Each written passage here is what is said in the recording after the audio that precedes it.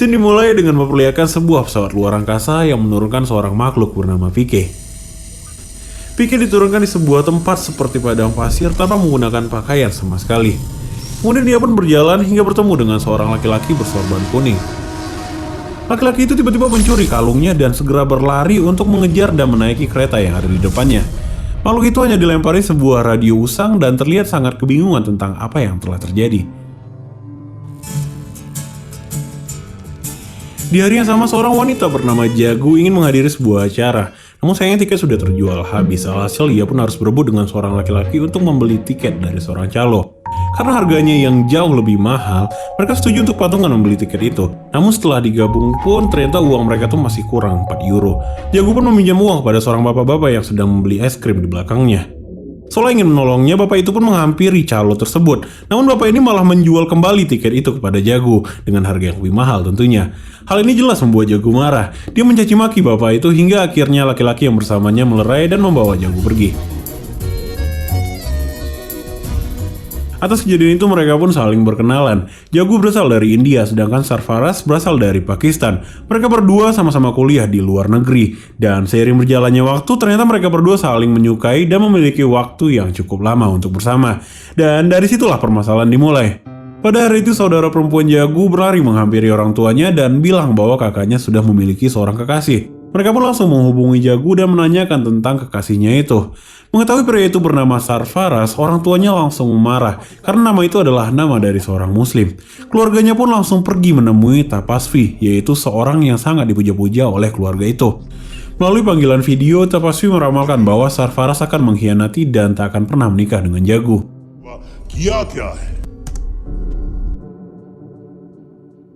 Jagu yang tak terima ingin membuktikan bahwa ramalan itu salah.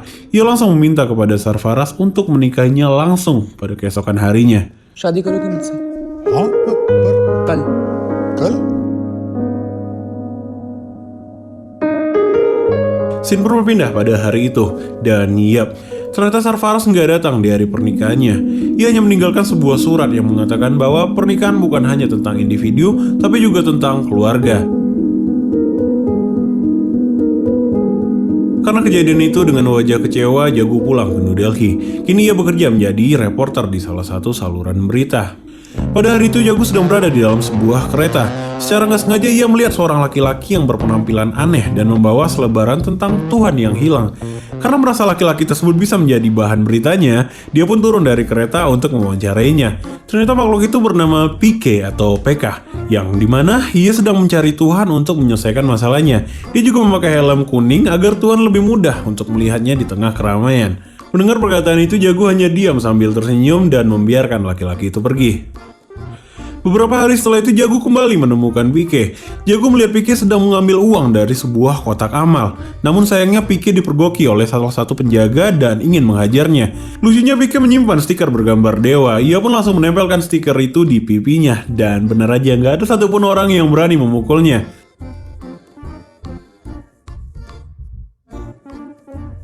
Di momen ini Jagu menyelamatkan Pike dengan berpura-pura mengatakan bahwa dompetnya jatuh ke dalam kotak amal dan meminta Pike untuk mengambilkan dompetnya itu.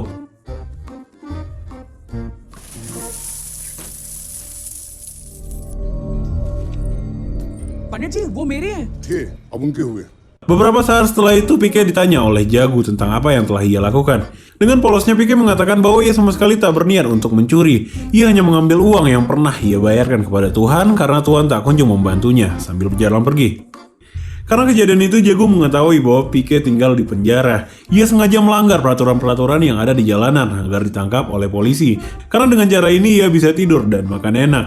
Beberapa saat setelah itu, Jagu pun langsung menyusul Pike ke kantor polisi. Sesampainya di sana, ia meminta izin kepada petugas untuk melakukan wawancara kepada Pike. Namun sayangnya petugas tak mengizinkannya hingga ia memberikan sebuah selipan.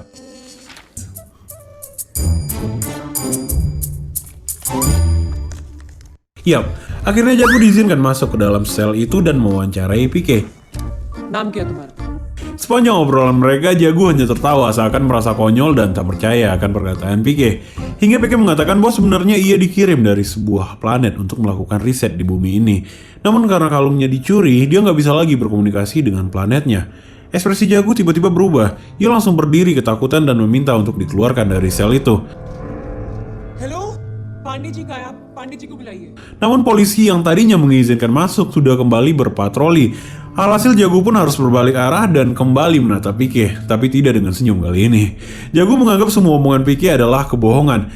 Jago juga mengatakan bahwa tak ada satupun alien yang bisa berbahasa India. Merasa Jago adalah seorang yang bisa dipercaya, Pike pun menceritakan bagaimana cara ia belajar bahasa, bagaimana cara ia sampai ke Delhi dan perjalanannya selama mencari Tuhan. Well, awalnya Pike menganggap bahwa kulit manusia itu berbeda-beda. Tapi setelah Pike mengintip ke dalam sebuah mobil yang bergoyang, dia baru tahu kalau kulit manusia itu ternyata semuanya itu sama.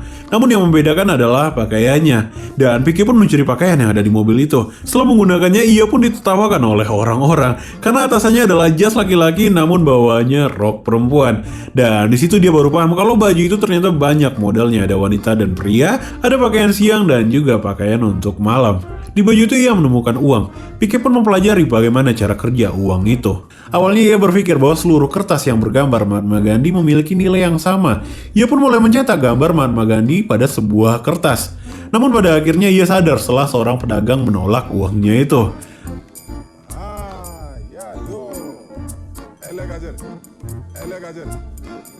Hari itu Pike berjalan sambil melihat ke belakang dan tiba-tiba ia tertabrak oleh mobil yang berjalan di depannya. Ia pun dibawa ke dokter oleh laki-laki yang menabraknya itu. Awalnya laki-laki itu berniat meninggalkan Pike karena ia mengetahui bahwa Pike telah hilang ingatan dan tak mengetahui siapa yang telah menabraknya. Namun beberapa saat sebelum ia meninggalkan tempat itu, wajahnya terlihat sangat bersalah dan ia pun kembali ke dalam ruangan itu untuk segera menjemput Pike dan melanjutkan perjalanan. Saat di tengah perjalanan, Pike berpikir bahwa satu-satunya cara yang bisa ia lakukan untuk mendapatkan kalungnya kembali adalah ia harus bisa berkomunikasi layaknya manusia normal. Tiba-tiba Pike langsung menaruh tangannya di atas tangan laki-laki yang mengemudikan mobil itu. Jelas laki-laki itu marah karena menganggap Pike adalah seseorang yang tidak normal. Pike pun langsung turun dan berlari ke arah wanita yang ada di sekitar itu. Ia langsung memegang semua tangan wanita yang ada di hadapannya. Alhasil Pike pun hampir diamuk oleh massa. Oh no.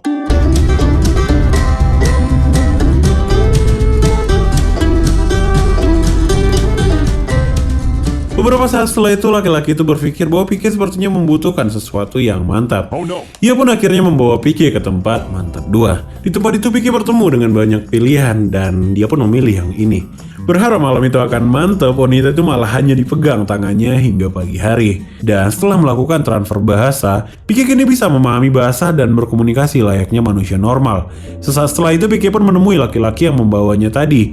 Ia menceritakan tentang semua kisahnya dan segera membawa laki-laki itu tempat di mana kalungnya dirampas. Laki-laki itu berusaha menenangkan Pike dan menjelaskan bahwa semua hasil rampok dan rampasan pasti dijual ke Delhi. Dan ini adalah awal mula Pike sampai ke Delhi. Sesampainya di Delhi, Pike bertanya kepada setiap orang dan polisi yang ia temui tentang keberadaan kalungnya. Dan semuanya menjawab bahwa mereka hanyalah manusia biasa, hanya Tuhanlah yang tahu tentang keberadaan kalung itu. Pike pun penasaran tentang sosok Tuhan yang sering disebut oleh orang-orang. Ia berpikir bahwa ia harus segera menemui Tuhan untuk menanyakan keberadaan kalungnya itu. Singkat cerita, Pike pun mempelajarinya, namun Pike bingung karena Tuhan memiliki rumah yang sangat banyak. Pada hari itu Pike membeli sebuah patung kecil yang menyerupai dewa. Kemudian ia pun duduk di deretan pengemis dan berdoa untuk diberi makan. Kebetulan orang yang lewat memberikannya makanan itu. Pike pun langsung riang dan bersorak karena ia merasa doanya tuh langsung dikabulkan oleh Tuhan saat itu juga. Setelah itu ia kembali berdoa untuk menanyakan tentang kalung remote controlnya.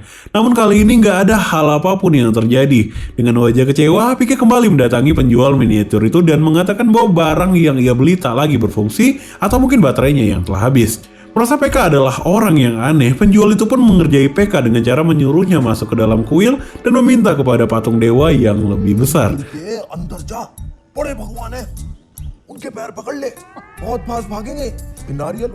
Dan benar aja, sampailah ia di dalam kuil itu. Pike kembali berdoa tentang kalung remote controlnya.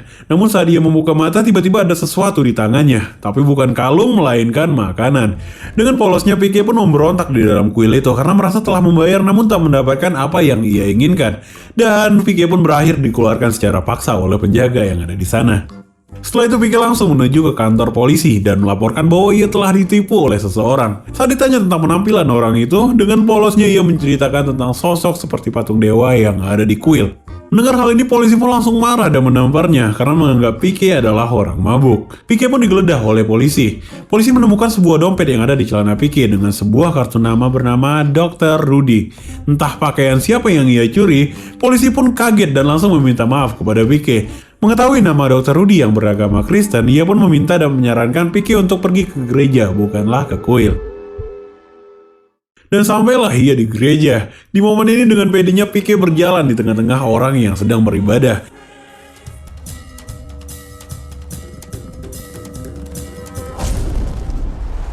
Yap, Pike pun berakhir dengan pengusiran secara paksa. Namun beberapa saat sebelum ia meninggalkan gereja, ia melihat patung yang sedang disuguhi anggur. Di situ Pike berpikir bahwa Tuhan sedang bosan dengan air kelapa dan menginginkan segelas anggur.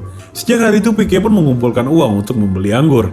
Kini 2 botol Amer telah berada di tangannya. Kemudian dia bertanya ke warga sekitar tentang rumah Tuhan yang terdekat. Pike diarahkan ke arah masjid. Di sepanjang jalan tentu Pike dilihat aneh oleh warga sekitar karena membawa minuman alkohol dan mengarah ke masjid. Sebelum tiba ke masjid itu, tiba-tiba ia pun dihadang oleh 2 orang yang menggunakan peci dan sorban. Orang itu bertanya tentang botol apa yang dibawa oleh Pike.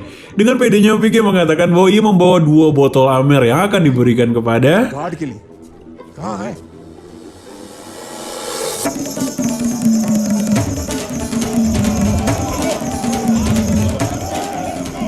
Yap, sebelum ia memberikannya, Pike berujung dengan amukan massa dari orang-orang sekitar. Untungnya ia masih bisa berhasil kabur dengan menaiki bis yang lewat. Setelah menerima banyak pukulan dan amukan dari masyarakat, Pike baru memahami bahwa Tuhan itu tak hanya satu dan memiliki peraturan yang berbeda-beda pula. Tuhan memiliki perusahaan, tapi orang-orang menyebutnya sebagai agama, dan setiap perusahaan mereka hanya menyembah Tuhannya sendiri. Pike pun merasa bahwa ia harus mengetahui siapa Tuhannya agar dia bisa tahu apa agamanya. Setelah itu, dia bisa dengan mudah menemukan kalungnya itu. Namun karena dia bingung menentukan agama mana yang akan diambil, dia memutuskan untuk menyembah semua Tuhan. Sejak hari itu, Pike mengikuti semua ibadah dari masing-masing agama. Waktu-waktu pun berlalu, namun ia merasa bahwa doanya tak kunjung didengar oleh Tuhan. Pike putus asa dan kebingungan, karena setiap agama mengajarkan hal yang berbeda-beda dan ajaran satu dan yang lainnya tak jarang saling berlawanan. Pike melanjutkan perjalanannya dengan menyebarkan flyer yang berisikan Tuhan yang hilang. Namun dia tiba-tiba melihat seseorang yang sedang berdandan layaknya cosplay dewa. Pike pun langsung menganggap bahwa orang itu adalah Tuhan yang selama ini ia cari. Ia mengikuti orang itu secara diam-diam dan sampailah di sebuah toilet. Pike tiba-tiba mengunci pintu toilet itu dengan gemboknya. Hal ini jelas membuat orang yang menggunakan cosplay itu ketakutan. Tanpa basa-basi, Pike langsung menanyakan tentang keberadaan kalung remote controlnya. आप अपना रिमोट दिला देगा तो हम Dengan wajah bingung dan takut, orang ini malah berdoa kepada Tuhan. Dan hal ini membuat Pike makin bingung, karena ia merasa ada Tuhan lagi di atas orang yang dianggapnya Tuhan.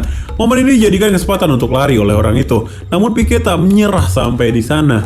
Setelah melewati proses kejar-kejaran yang sangat rumit, sampailah mereka kepada sebuah acara nih teman-teman. Ternyata di dalam hall itu berlangsung sebuah acara yang telah dipenuhi oleh umatnya si Tapaswi. Yap, Tapaswi yang pernah memberi prediksi hubungan antara Jagu dan Sarfaraz waktu itu.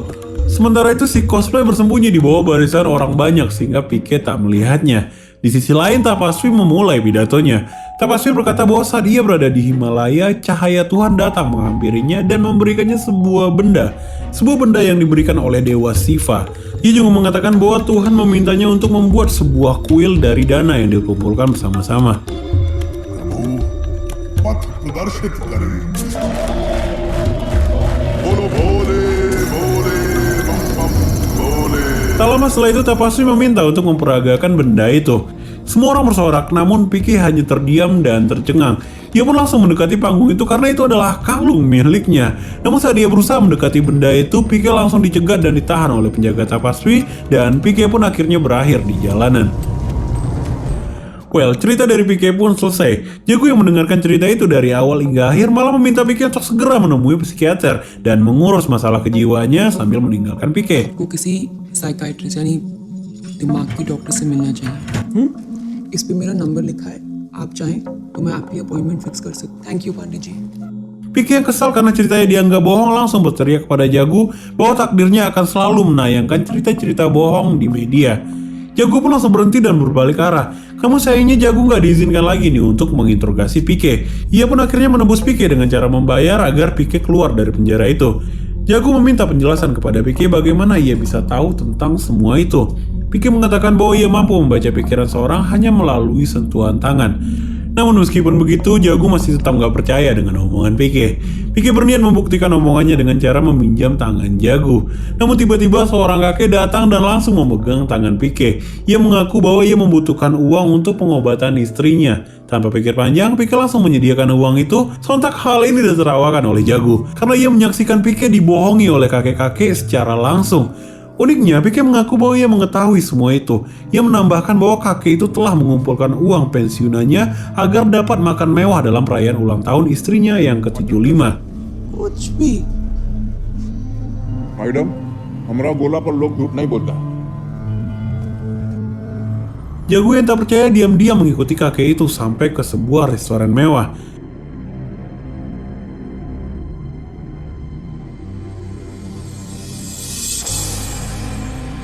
Melihat itu semua, Jago hanya terdiam sambil menyaksikan semua kebenaran yang dikatakan oleh Pike.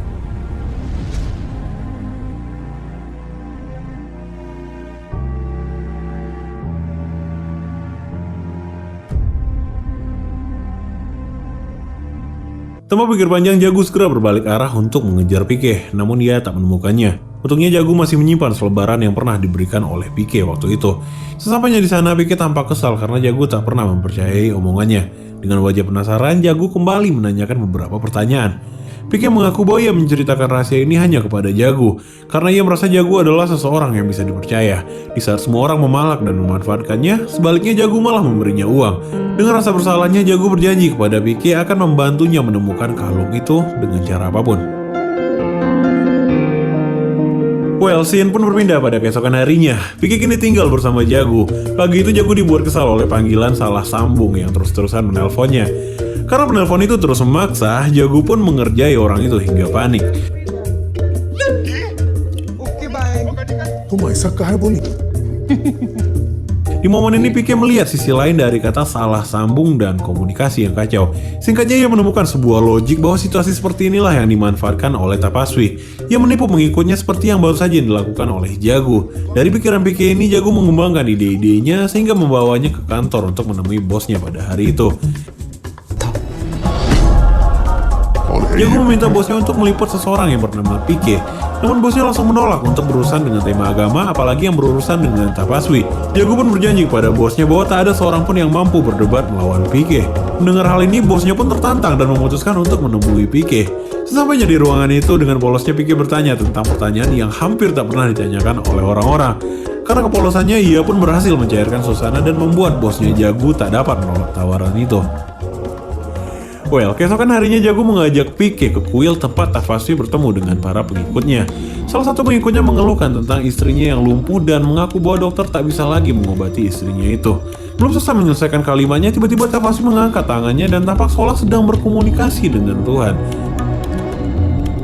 पथ प्रदर्शित करे। Suasana pun hening hingga Tapaswi meminta pengikutnya itu untuk pergi ke Himalaya menggunakan kereta api dan berdiam di sana selama 8 hari. Semua orang hanya terdiam dan menunduk.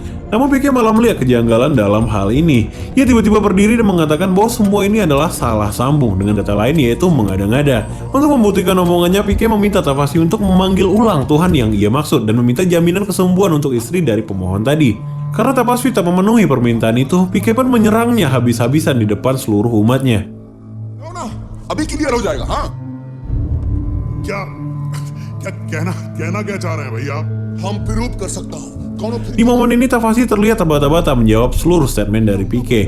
Hingga pada akhirnya Tapaswi memberikan kode kepada penjaga kuil. Bahkan sebelum Pike menyelesaikan kalimatnya, sesi doa ala Tapaswi ini pun terpaksa diistirahatkan secara paksa.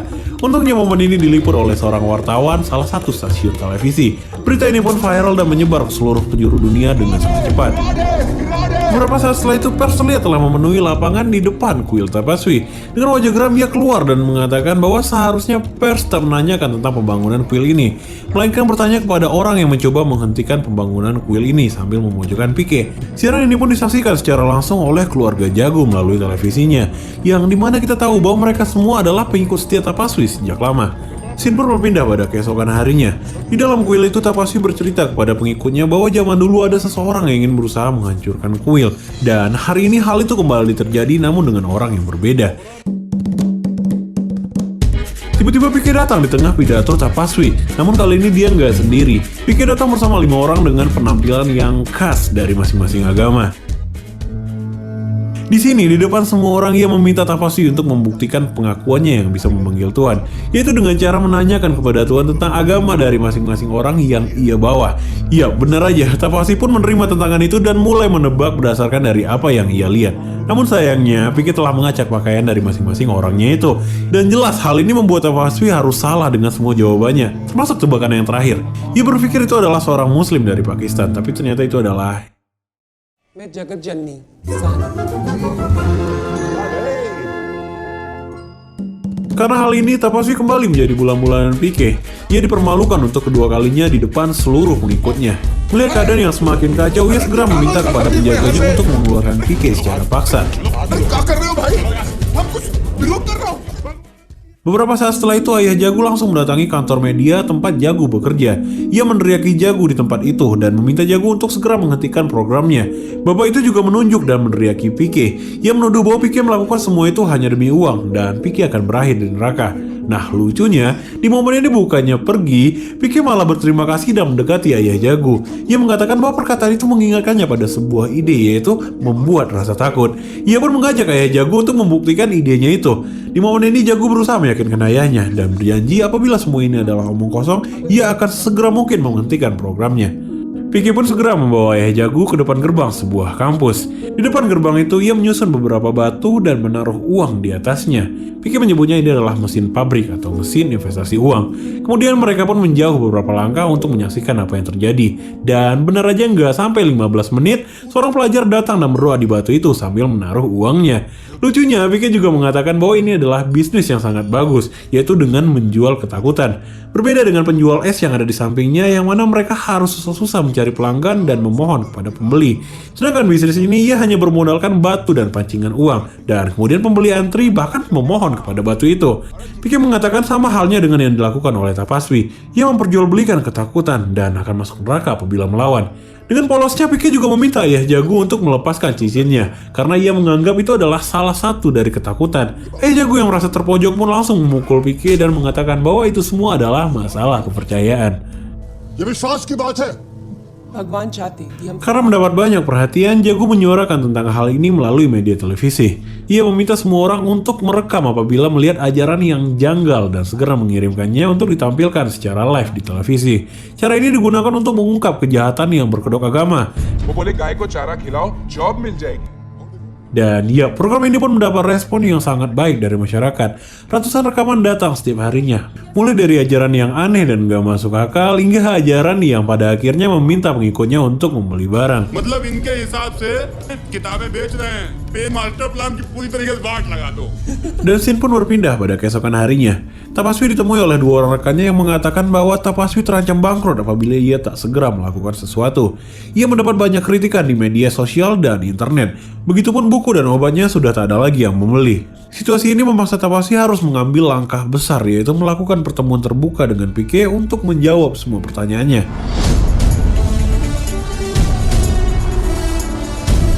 Berita tentang debat ini menyebar hingga ke daerah Mandawa, yaitu tempat di mana kalung Pike dicuri.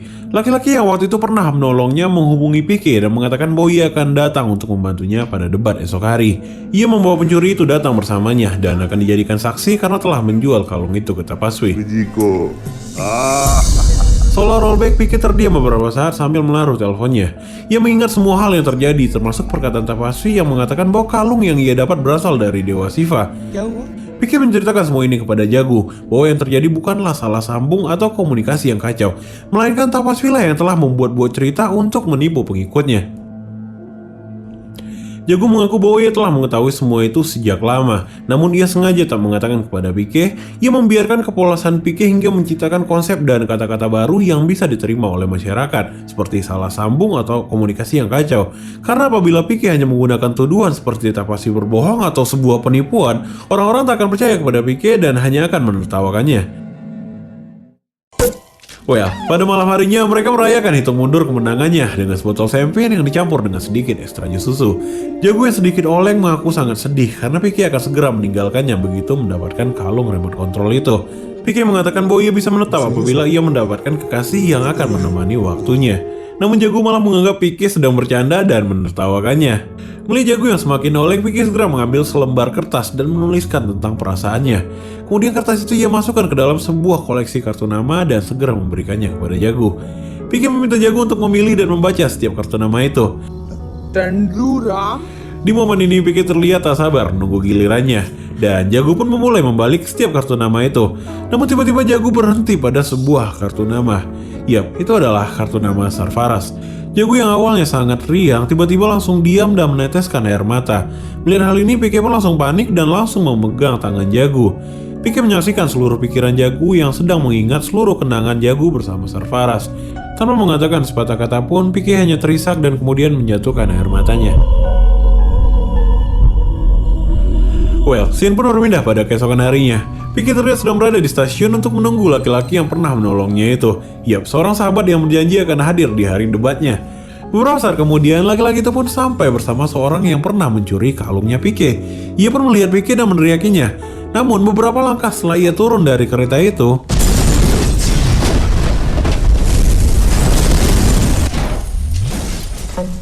sebuah ledakan menghancurkan sebagian dari stasiun itu. Orang-orang berlarian, sebagian terjatuh di lantai dan tertimpa oleh atap dan besi yang berjatuhan. Pique mencoba berdiri di tengah-tengah orang yang berlarian. Ia berusaha mencari sahabatnya, namun sayang mereka berdua tak bisa lagi diselamatkan. Dan kejadian ini pun langsung memenuhi media pada pagi itu. Sialnya, kejadian ini bertepatan persis dengan hari debat Pique dan Tapaswi. Tanpa bukti dari pencuri itu, Jago merasa pesimis Pique bisa memenangkan debatnya. Meskipun begitu, Pique tetap memutuskan untuk datang dan berdebat dengan Tapaswi.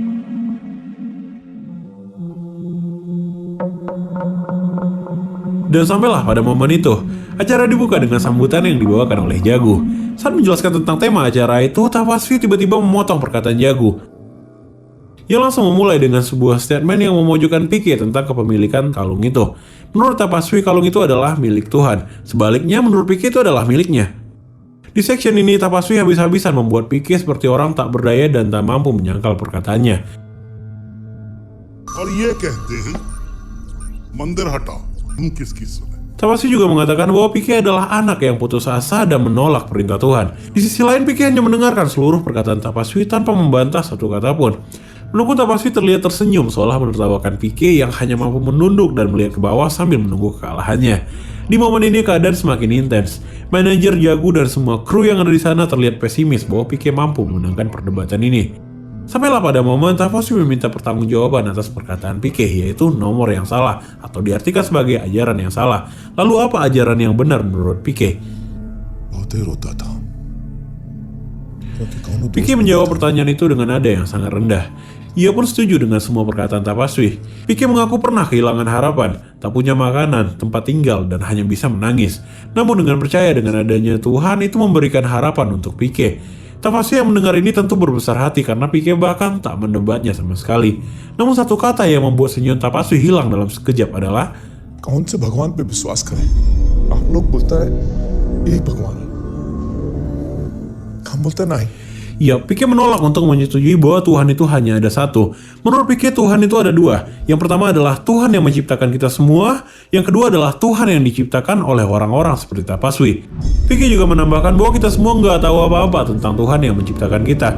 Tapi Tuhan yang diciptakan itu mirip seperti Tapaswi. Sering memberi janji palsu, suka berpura-pura, dan senang saat dipuji. Mendengar hal ini, Tapaswi berkata bahwa ia tak akan diam dan akan membela Tuhannya. हमें अपने भगवान की रक्षा करना आता है. Pique seketika menyela perkataan Tapaswi. Menurut Pique, manusia hanyalah makhluk kecil jika dibandingkan alam semesta ciptaan Tuhan. Dan bagaimana mungkin manusia yang kecil itu mampu melindungi Tuhan? Pique pun menegaskan bahwa Tuhan tak perlu perlindungan dari siapapun. Menurutnya, orang-orang seperti Tapaswi lah yang membuat perbedaan antar manusia dan mengakibatkan kesalahpahaman yang berbahaya. Salah satu yang ia maksud adalah kebohongan saat Tapaswi memisahkan Jago dengan kekasihnya Sarfaraz. Momen ini jelas dimanfaatkan oleh Tapaswi dengan sangat baik, mengingat bahwa ramalannya saat itu benar-benar terjadi kepada Jago. एक मिनट नहीं नहीं एक ये मिनट क्या हो रहा है? एक minute minute Nah, sebelum Tapaswi meminta Jagu untuk berbicara, Tapaswi menantang Pike untuk mencium kakinya apabila ramalannya terbukti benar. Sebaliknya, Pike pun bertanya bagaimana jika Pike yang benar. Tapaswi dengan terpaksa harus mengatakan bahwa ia akan memberikan benda itu kepada Pike. हाँ मेरी personal life क्यों डिस्कस हुई जा रही है? Meskipun Jagu menolak untuk membahas masalah pribadinya, Tapaswi tetap memaksa dengan menceritakan sendiri bagaimana kisah Jagu yang dikhianati oleh Sarfaraz. Dan sikap diamnya Jagu di sini dimanfaatkan sebagai pembenaran oleh Tapaswi. Setelah ia menceritakan semuanya, Tapaswi berbalik arah untuk memperlihatkan kemenangannya kepada Pike. Dengan bangga, Tapaswi meminta Pike untuk segera mencium kakinya. हम अपने चरण लेकर आपके पास Tanpa menjawab hal itu, Pike mengatakan bahwa Sarfaraz tak pernah mengkhianati Jagu.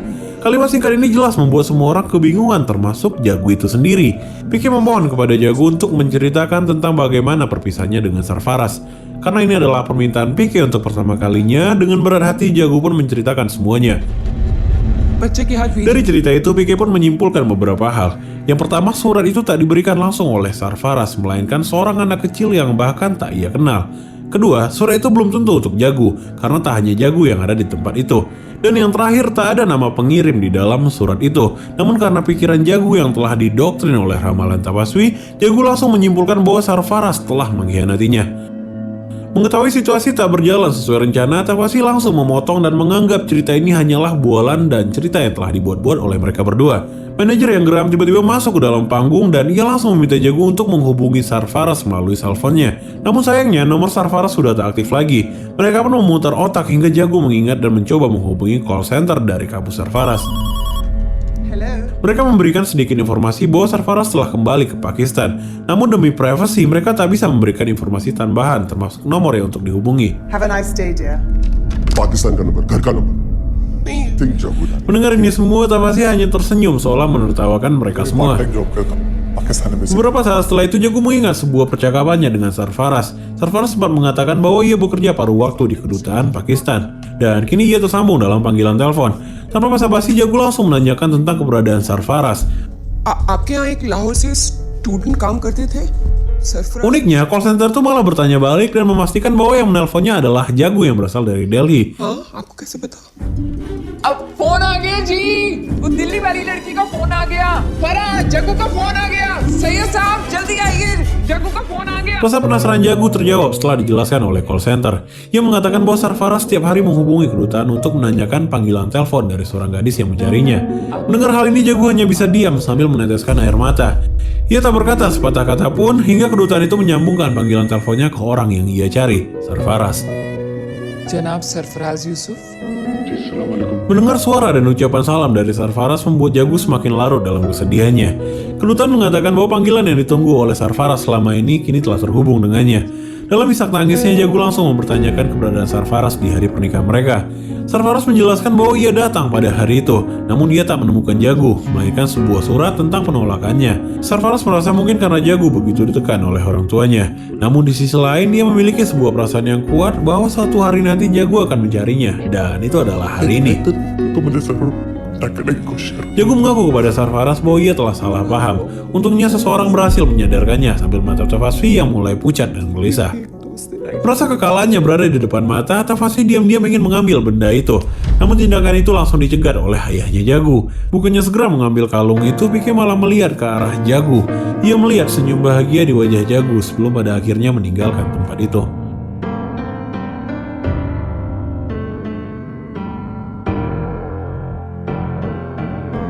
Scene berpindah ke gurun pasir, tempat pertama kali Pike diturunkan. Pike dan Jagu terlihat turun dari sebuah mobil. Namun saat Pike menurunkan barangnya, secara nggak sengaja ia menjatuhkan koper itu sehingga kasetnya jatuh berantakan.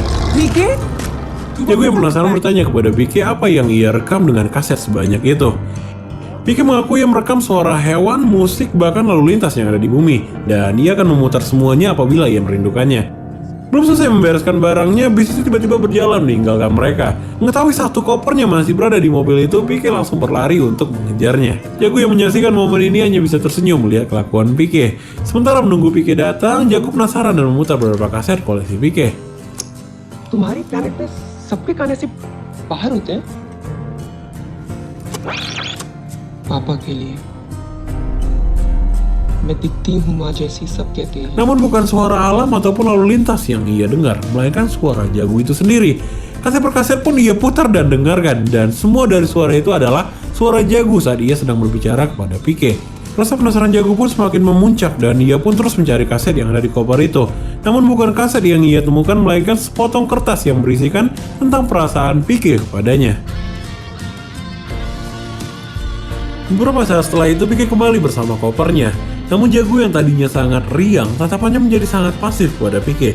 Ia kembali menanyakan tentang isi rekaman itu, apakah Pike merekam suaranya. Pike berkali-kali mengelak dan masih berusaha mencairkan suasana. Namun kesedihan di wajah mereka berdua tak dapat disembunyikan. Pike mengaku mungkin dia merekam kisah cinta Jagu dan Sarfaraz. Entah apa maksud di balik kalimatnya, tapi yang pasti setelah itu ia langsung berjalan menuju ke pesawat yang telah menjemputnya. Menurut Jagu, mereka berdua belajar satu hal. Pike belajar berbohong untuk menyembunyikan perasaannya, sedangkan Jagu belajar tentang arti cinta yang sebenarnya, yaitu tentang merelakan. Dan semua kisah ini adalah cerita yang tengah dibacakan oleh Jagu di sebuah perpustakaan, dihadiri oleh ayahnya dan juga Sarfaraz. Sebelum menutup ceritanya, Jagu mengatakan bahwa Pike telah meninggalkan hadiah yang paling indah untuknya, yaitu Sarfaraz dan ayahnya. Tepuk tangan dan siul tanpa henti yang telah lama hilang kini kembali terdengar.